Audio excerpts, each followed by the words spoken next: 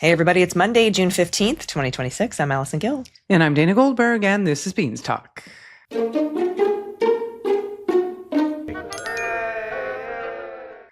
Hey, everybody, welcome to Beans Talk. It's not a sports show. It's not the sports talk, but congratulations to the Knicks. They did it. They did it in 5.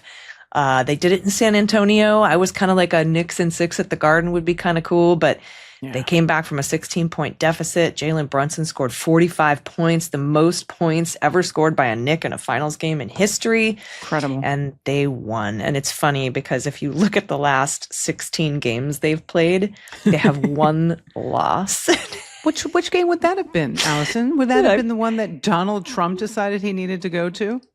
That is the exact one. Can anyone spot the game that Donald Trump went to? But I'm super happy for them. I'm super happy for New York and Knicks fans everywhere. I thought it was a fantastic comeback. Again, huge comeback, but that's not the big story. The story is that they won, and then the story Brunson was so funny because they were interviewing him, and they were like, "What's up with the comeback?" And he goes, "Well, normally the game starts at 8:30, and we show up about 9 o'clock." Yeah. I had actually texted a friend of mine. I think we talked about this Friday. I'm like, oh, it's nice if it's smart that you always are, never in the lead, because then, you can't ever blow a lead. So that's true. Yeah, they didn't go ahead until there were 3 minutes left in the game. I know. It was wild. And man, they were really up against the refs. Those refs missed some really, really important calls. We don't have to get into that. We've got better things to talk about, like who I would like to be the next Democratic president of the United States. Yes, we have many, many good contenders. But let's talk about Pete Buttigieg for a second. More prominent Democrats are coming forward to push to add seats to the Supreme Court. What was once thought of as like a fringe legal theory is actually becoming mainstream now. And I really love this. Watch what Pete Buttigieg had to say. So we have to deal with money in politics. We have to deal with a Supreme Court that is now a rogue Supreme Court. To see them eviscerate the Voting Rights Act is to see them reverse some of the most important progress this country ever made. Wiping out black political representation, but also wiping out part of what actually is great within the complex American story. The fact that this country was able to face down its demons, which is what the Voting Rights Act responded to. Just like the 14th Amendment responded to this country facing down its darkest demons. Talking about that isn't disparaging America, which is what this administration would want you to believe. Talking about that is honoring what was greatest about America, which was our capacity to overcome that. And now we've had this leap back from a rogue Supreme Court. When I was running for president about... Now there are some really progressive ideas about handling that rogue Supreme Court. Mm-hmm. What do you think about some of those? I think it's time to think big. Including increasing the number of justices? Nowhere in the Constitution does it say that there have to be 9 Supreme Court justices.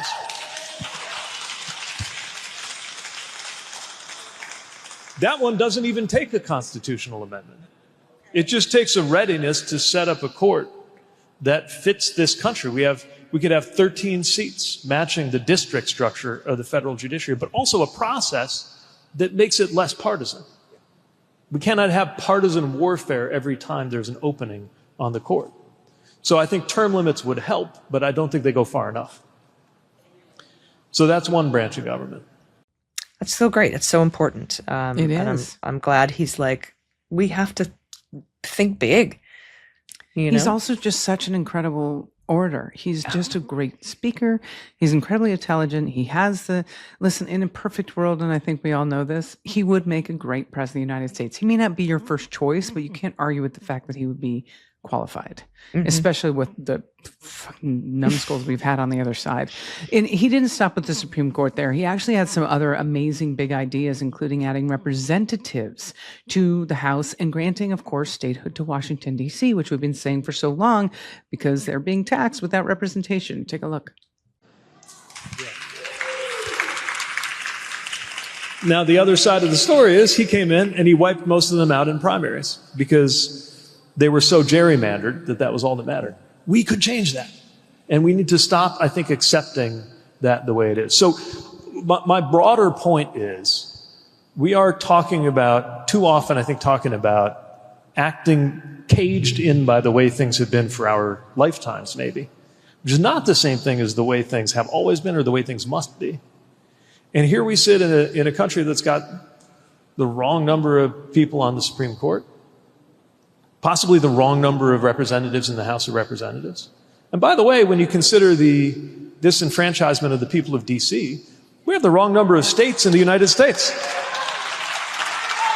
We should take those big swings. You know, that's radical stuff you're talking about right here.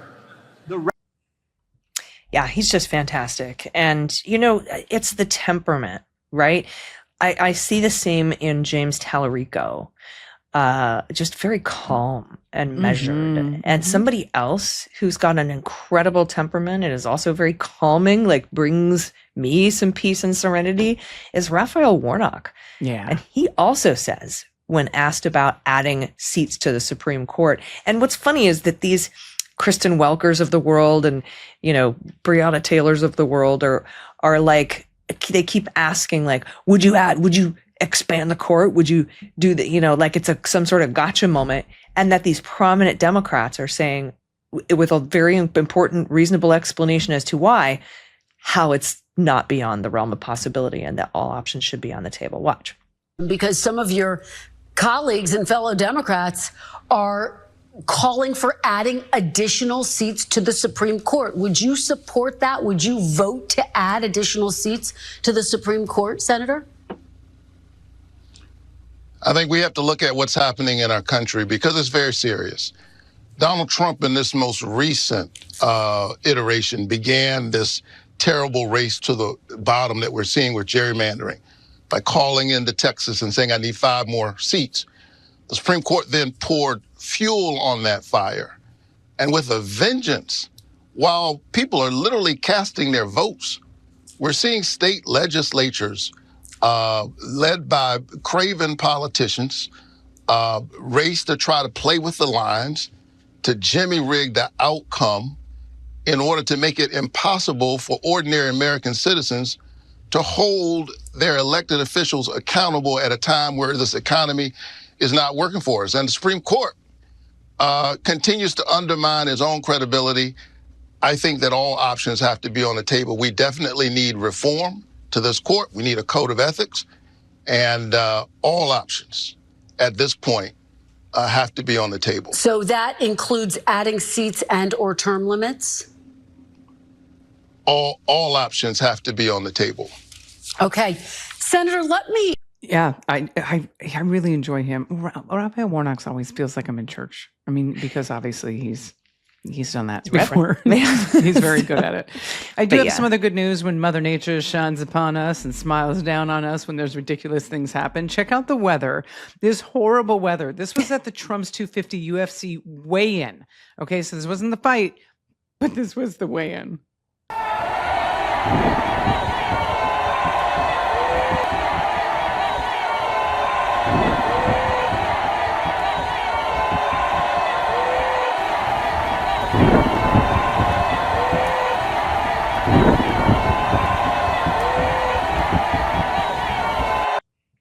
Oh, that looks nice. That's nice for them with all the umbrellas blowing up, Enjoy. you know, into the reverse mode. And just, I can't believe.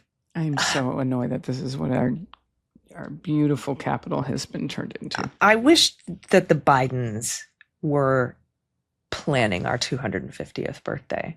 Or the Bidens and the Obamas that together. Harris was planning it, or that, you know, because it's such there's video of the dirt bikes doing somersaults in front of the White House, and I'm like, all right, well, I'm surprised they didn't have a demolition derby or, you know, something like that. But monster trucks tearing up the White House lawn. Gravedigger. That's right. I actually do like Gravedigger. I know. I'm like, but not at the White House. They just White House doing Although donuts on the I wouldn't mind a lawn. Gravedigger at the White House. I'm sorry, what? Heyo, Heyo. heyo. Just Hey one, though. there, Yeah, speaking. Just one.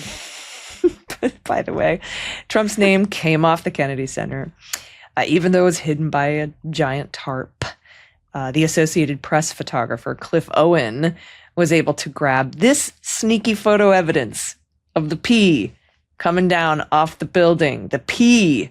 Dana, any other news about P? Nope. Haven't heard anything. No? Mm-mm. No elephants? No? Yeah, there's one. Hold on. So this, I mean, you can't write this shit. Okay, this is more fun times. We like to put this stuff at the end, especially when we've had a lot of bad news today at the Texas Republican Convention. Apparently, a very large elephant that was supposed to be in the room promoting Governor Greg Abbott took a giant piss. Because if you ever seen an elephant, you would know. It took a giant piss all over the convention floor. There is a context warning here for urine. Take a look.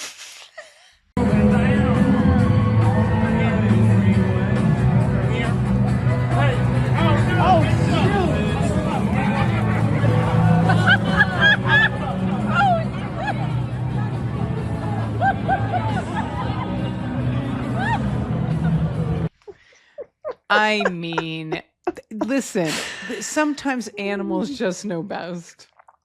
We call that, in my house, we call that a Tom Hanks pee because of Tom Hanks peeing in A League of Their Own, how he pees for 5 minutes.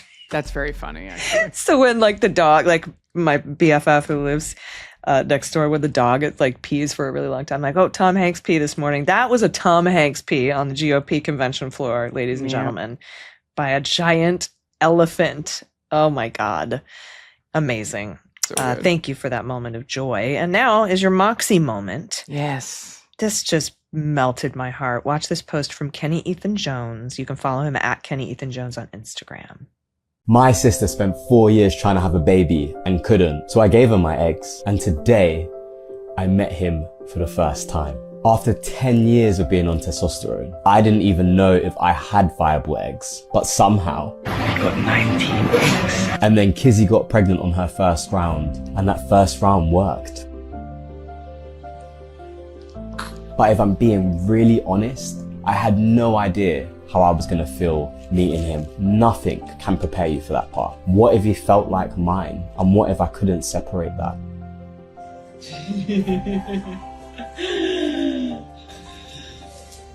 I think I was just in shock that he was real. Oh my God, he's so tiny. Look at the little feet and the legs and the hair. And holding him felt really special. This tongue is so small, tiny. He's like, hi, who are you? Hello. Hi. Your uncle. I felt a lot in that moment, but mostly clarity. He felt like Kizzy's. And I think that says everything about how I see the world. Who you are isn't defined by biology alone, and neither is being a parent. Oh, he's going away. Oh,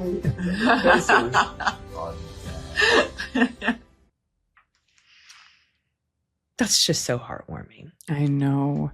And if you look at the comment section, and listen, don't on Instagram, but if you do, everyone's like, this is a natural, blah, blah, blah. I'm like, what happened to pro-life, you fuckers? They're making a baby. What's wrong with They you? aren't pro-life. I thought you They liked are babies. not pro-life. I thought you liked babies. Oh, yeah, I thought you were into the baby thing. No, Yeah. no, they aren't. Mhm. Anyway, thanks for that. Again, if you want to follow on Instagram, it's at Kenny Ethan Jones. Mm-hmm. And while you're at it, follow DG Comedy, follow Muller She Wrote, Do it. and follow hello.moxie for your Yeah. Moxie moment. She shares the best stuff on Insta. So, all right, everybody, we appreciate you so very much. Thank you again for watching. Do you have any final thoughts? Anything coming up? No, just Nope. I'm really looking forward to seeing you and the rest of our patrons at the gala in Chicago. That's going to be such a blast. And we can't tell you publicly all the people who are performing, but it's going to be an incredible night of awesomeness. And so if you want to become a patron, by the way, patreon.com/Mueller, She Wrote, you get invited to these things. We have open bars, and we pay for the food for you and everything, and entertainment and whatnot. And we do a couple of these every year. And so we're going to be having an election night watch party. So if you're interested and you want to become a patron, you can do it again at patreon.com/Mueller, She Wrote. And we would love for you to join our little community. And Dana, you also have a Patreon, which I love. Do. Thank you, sweetheart. It is the Dugout, and my Patreon team is the Dissenters. And if you want to become a dissenter, get my access to my newsletter. You've got some backstage stuff. We've got monthly Zooms. You can come on at a $5 level at first base, or you can go all the way to be a home run, depending on what you want to do.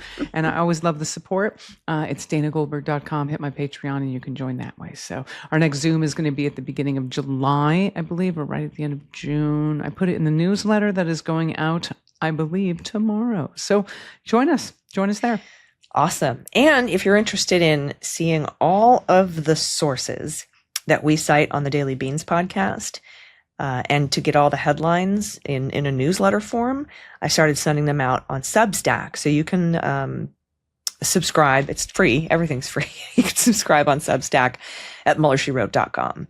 And you can get that, all of the news sources. Nothing that we put forward is uncited. Everything has a source, and a reliable one at that. So, and if it doesn't, we say, hey, this is Axios or whatever. So, so take it with a grain of salt and a shot of tequila. Right, exactly. Anyway, thank you all so much for watching. We'll see you tomorrow. I'm Allison Gill. And I'm Dana Goldberg, and that was Beans Talk. We're swearing. Daily Beans, Daily Beans.